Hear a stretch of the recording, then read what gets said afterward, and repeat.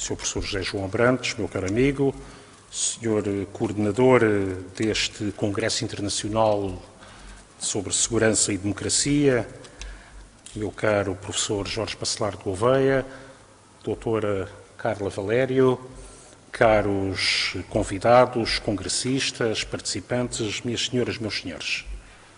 É para mim um motivo de particular satisfação reconhecer o papel da Universidade Nova de Lisboa, da capacidade de trazer um olhar académico, um olhar reflexivo, de profundidade, de substância, àquilo que são matérias que estão no cerne da identidade nacional e que são ativos que devemos valorizar e permanentemente preservar. Esta singela cerimónia de encerramento permite-me, aliás, pensar com uma liberdade menos estruturada do que muitas obrigações institucionais me obrigam e permite-me reencontrar velhos amigos que têm hoje a sorte de poder pensar com um distanciamento que só favorece aqui e valoriza sobre estes temas decisivos. Portugal é, de facto, um dos países considerados como mais seguros do mundo, mas alia essa circunstância a ser também um dos países do mundo onde os direitos fundamentais são mais estruturadamente respeitados. Esses índices e rankings valem o que valem, mas é muito importante conjugar em Portugal a existência de três valores que se sucederam recentemente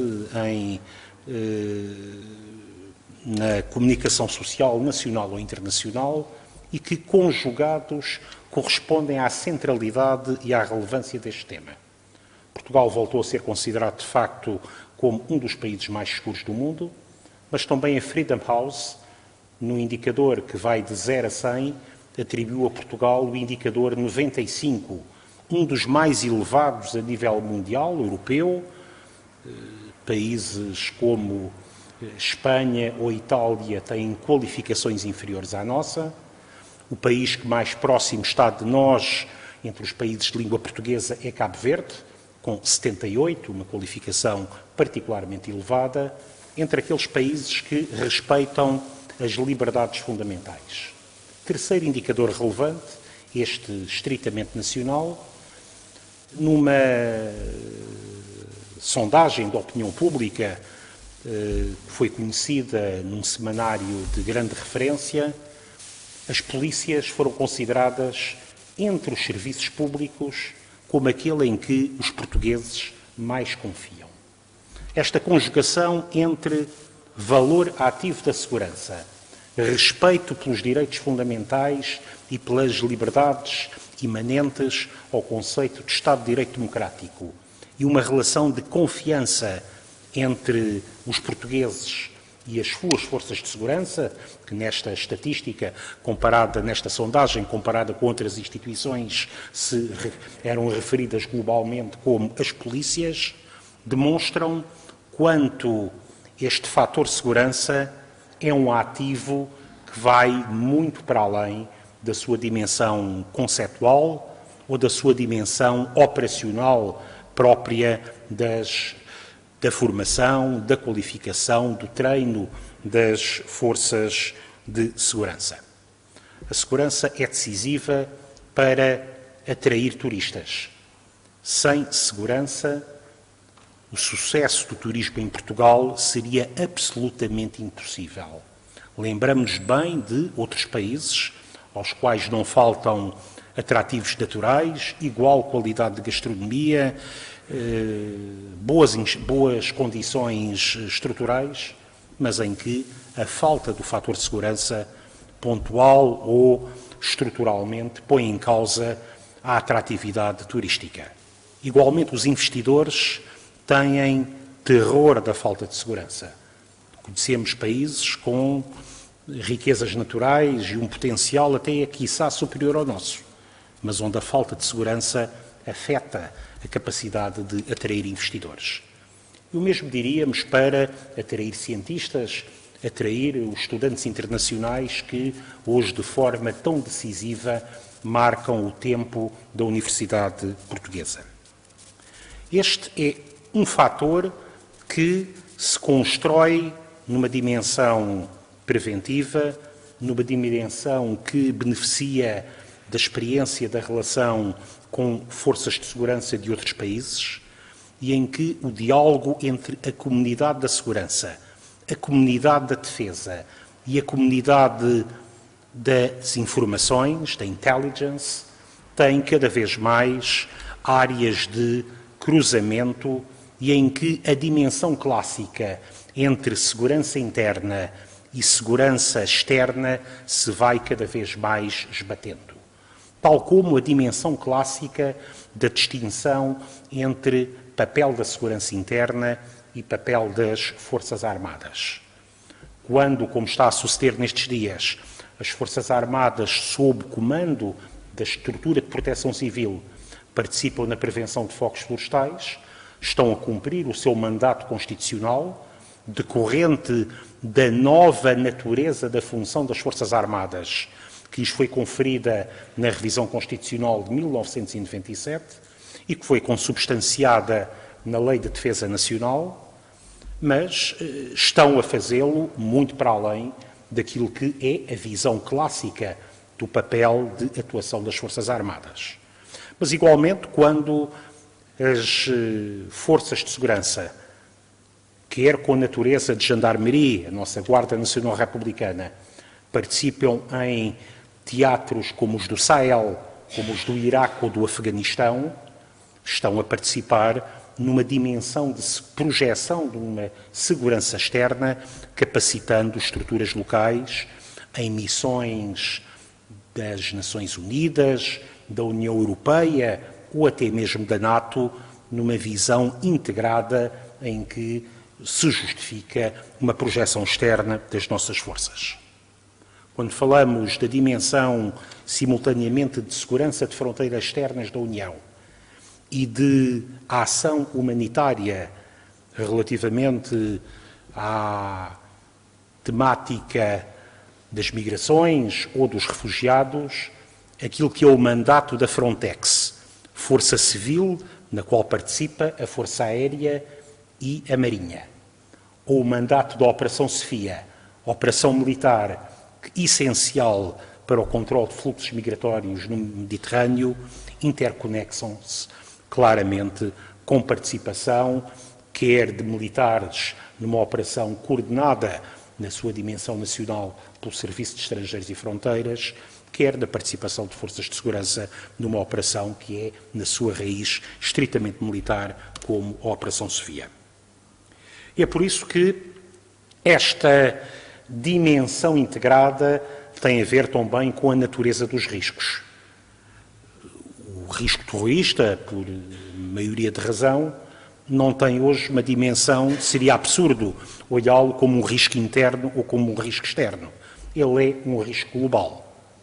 Quando falamos em novas formas de pôr em causa a segurança das sociedades democráticas, das fake news às manipulações e projeção de conteúdos de ódio através das plataformas digitais, estamos a falar de formas inovadoras, sofisticadas, para as quais é necessário também respostas conjugadas de natureza distinta dos processos clássicos. Portugal, desta matéria, tem globalmente consolidado resultados que são extremamente positivos. Desde a última Lei de Segurança Interna, de 2008, consolidadamente tem-se verificado uma tendência reportada nos relatórios anuais de segurança interna de redução, quer da criminalidade geral, quer da criminalidade violenta e grave, aquela que mais significativamente afeta a sensação de insegurança. O último relatório de segurança interna, divulgado, entregue à Assembleia da República no final de março, aponta para uma redução adicional de 8,6% da criminalidade violenta e grave. mas isto nunca nos dispensa de agir relativamente a domínios específicos em que é necessário responder aos riscos, às percepções de insegurança, de modo a evitar que elas se avolumem. 2 ou 3 exemplos do último ano: os chamados ataques a máquinas multibanco, ATMs. No mês em que tomei posse no Ministério da Administração Interna, tinham-se verificado 37 ataques a esse tipo de máquinas. O maior número num único mês desde há muitos anos. Implicou uma intervenção integrada, envolvendo vários órgãos de polícia criminal, o Ministério Público, mas também a Associação Portuguesa de Bancos e as entidades de segurança privada. E tal determinou que, em 2018, o número se tivesse reduzido para 27 ao longo de todo o ano.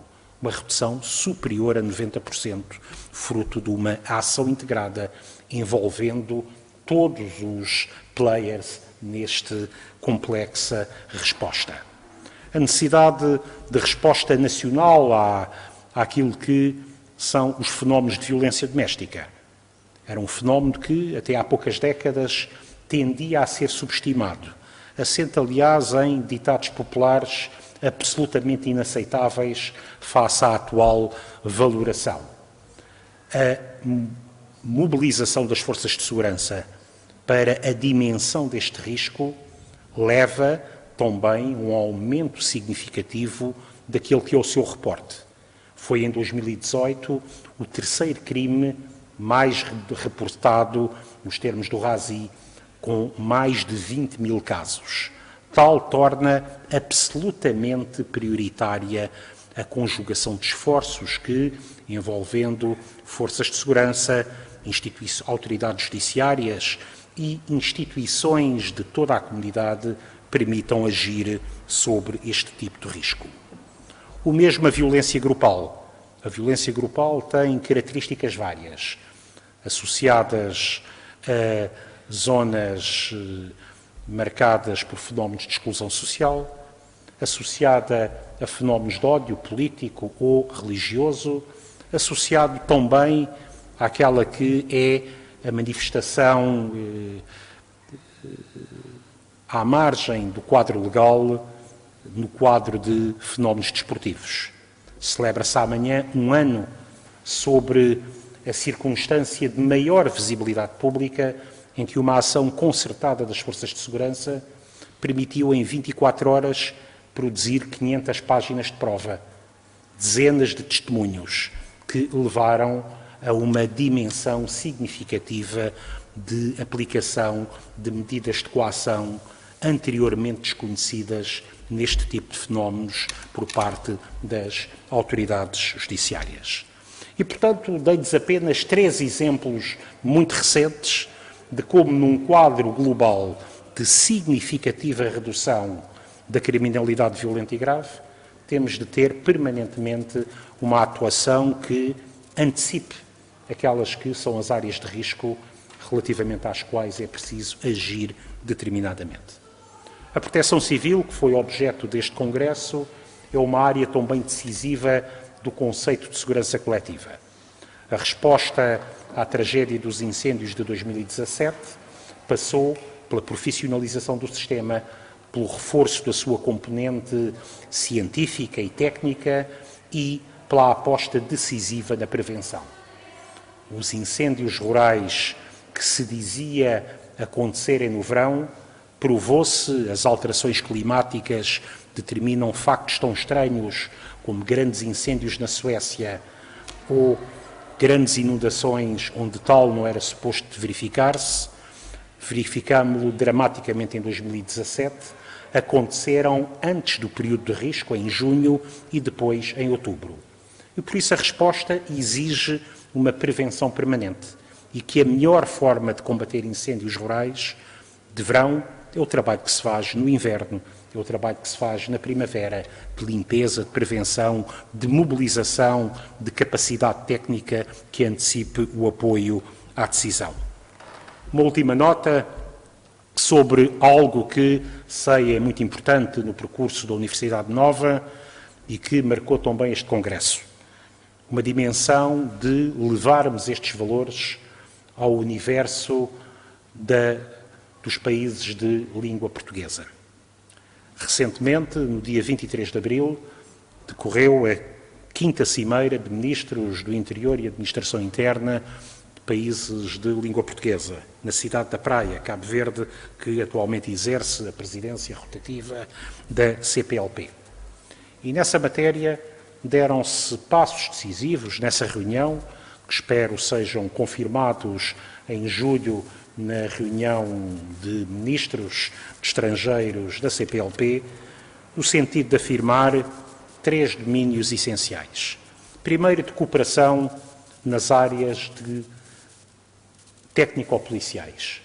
Há aqui uma vontade clara de todos os Estados-membros de afirmar esta área da CPLP como uma área de segurança, liberdade e justiça. Em segundo lugar, a preocupação com uma resposta de emergência à escala da CPLP.